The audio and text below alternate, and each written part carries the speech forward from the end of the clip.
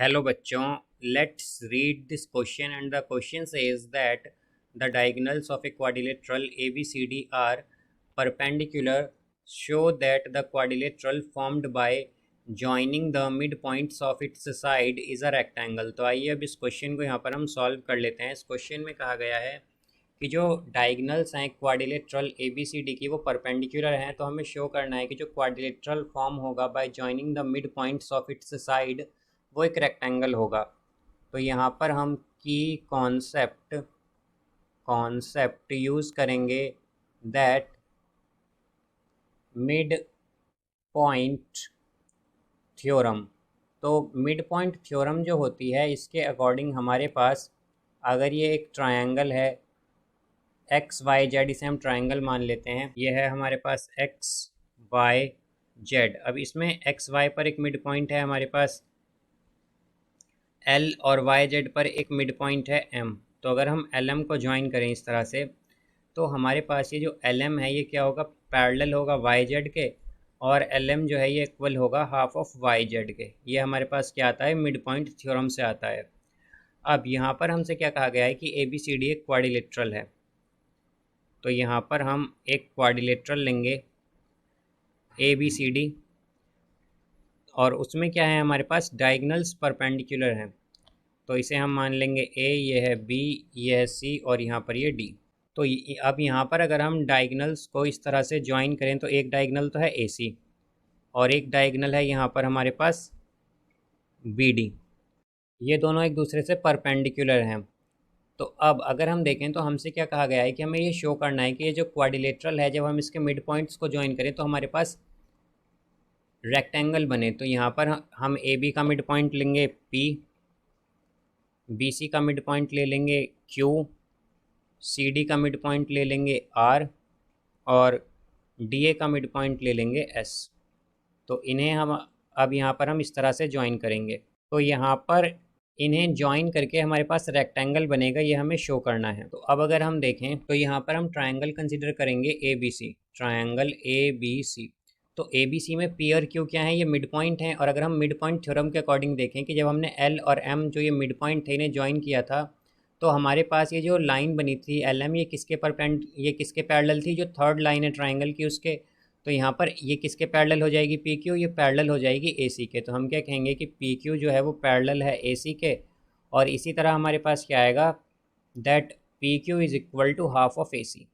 ये आ गया यहाँ पर। अब अगर हम जो दूसरा ट्रायंगल है अगर वो लें हम ए, ट्रायंगल ए सी डी लें अगर हम, तो ए सी डी में हमारे पास जो एस और आर हैं, या हम कहें आर और एस हैं, ये बेसिकली क्या हैं, मिड पॉइंट हैं।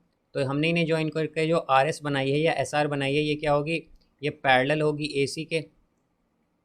तो मिड पॉइंट थ्योरम से तो हम क्या कहेंगे कि हमारे पास एस आर जो है ये पैरेलल है ए सी के, और यहीं से आएगा हमारे पास कि एस आर जो है वो इक्वल होगी हाफ ऑफ ए सी के, ए सी के।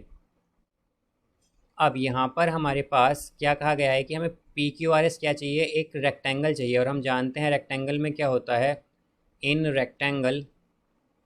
Rectangle opposite sides are equal, opposite sides are equal. उसमें अपोजिट साइड्स क्या होती हैं, इक्वल होती हैं। तो यहाँ से हम अगर देखें तो हमारे पास क्या आया था कि P Q is equal to S R, P Q is equal to half of A C, और S R is equal to half of A C. तो हम क्या कह सकते हैं कि अगर ये हाफ ऑफ ए सी के इक्वल हैं तो पी क्यू इक्वल हो जाएगी एस आर के।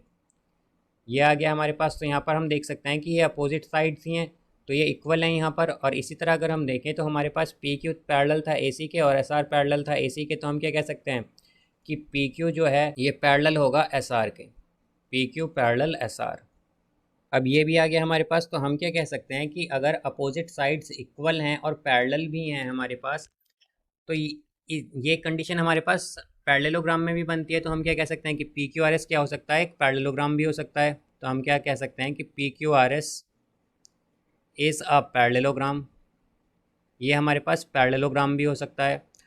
अब यहाँ से हम अगर देखें कि हमारे पास क्या है कि ये जो एस आर है इसे हम आर एस लिख सकते हैं, और ये किसके पैरेलल है, ए सी के। तो हम क्या कह सकते हैं कि R S parallel A C, R S parallel A C है, एंड इसी तरह अगर हम देखें तो हमारे पास क्या आया था, जो पी क्यू है ये पैरेलल है ए सी के, तो पी क्यू को पी क्यू पैरेलल है यहाँ पर ए सी के, पी क्यू पैरेलल है यहाँ पर इस ए सी के। अब अगर यहाँ पर हम ट्रायंगल बी सी डी लें, ट्रायंगल बी सी डी, तो इसमें हमारे पास क्या है कि आर और क्यू क्या है, ये मिड पॉइंट है, तो इन्हें ज्वाइन करके हमने जो आर क्यू बनाई है ये क्या होगी बेसिकली, या हम कहें जो क्यू आर है ये पैरेलल होगी, क्यू आर यहाँ पर पैरेलल होगी बी डी के, या फिर हम ये भी कह सकते हैं कि क्यू आर जो है ये इक्वल होगी हाफ ऑफ बी डी के, बी डी। अब हमसे क्वेश्चन में कहा गया है कि हमारे पास दोनों डायगनल्स क्या हैं, परपेंडिकुलर हैं, तो यानी कि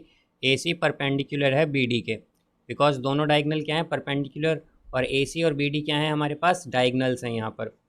अब अगर ये दोनों परपेंडिकुलर हैं तो हमारे पास आर एस क्या है, पैरेलल ए सी, और क्यू आर क्या है, पैरेलल टू बी डी, तो हम कह सकते हैं कि आर एस भी परपेंडिकुलर होगी किसके, क्यू आर के। तो अगर हम डायग्राम देखें तो आर एस क्या है हमारे पास, परपेंडिकुलर है क्यू आर के, यानी कि यहाँ पर ये 90 डिग्री का एंगल बन गया। और हम जानते हैं कि जब हमारे पास वर्टेक्स एंगल 90 डिग्री का बने तो इसी तरह हम जो अदर भी वर्टेक्स हैं वो भी 90 डिग्री के आ जाएंगे हमारे पास। तो हम क्या कह सकते हैं कि सिमिलरली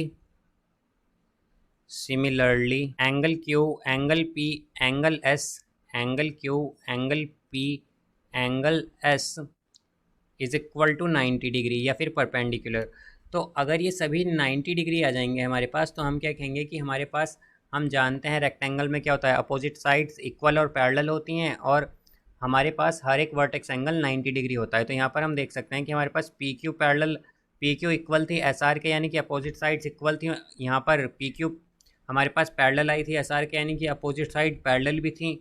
अब हमारे पास वर्टेक्स एंगल क्या है, 90 डिग्री आ गए हैं, तो हम क्या कह सकते हैं कि हमारे पास मिड पॉइंट को ज्वाइन करके क्या बन गया है यहाँ पर, रेक्टेंगल। तो यहाँ से हम क्या कह सकते हैं, hence proved. So I hope you understood it well, best of luck, thank you.